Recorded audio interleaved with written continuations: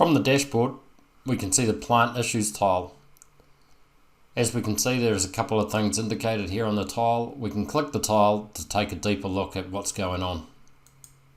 The plant issues report provides you with a list of bales with potential wash and or milking plant issues. Clicking on an error will provide you with information on that error and how the Protrack milk sensors have detected the potential issue.